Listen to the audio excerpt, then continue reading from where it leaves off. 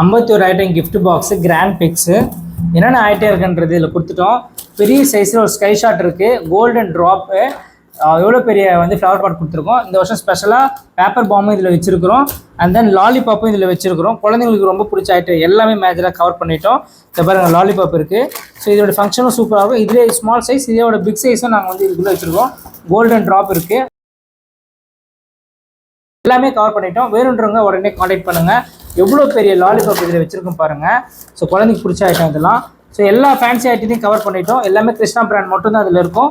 வேணுன்றவங்க காண்டாக்ட் பண்ணுங்கள். 62626868 and 83. 2024 என்னென்ன ஸ்பெஷல் ஐட்டம் வந்திருக்குன்றது அடுத்த வீடியோவில் பார்க்கலாம் வாங்க.